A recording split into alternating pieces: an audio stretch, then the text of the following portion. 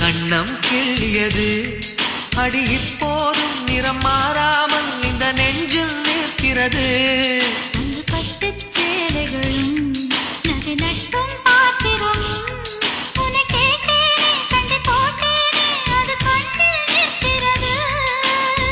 ஜாதி மல்லிப்பூவே தங்க வெண்ணிலாவே ஆசை தீரவே பேசலாம் முதல் நாளிரவு.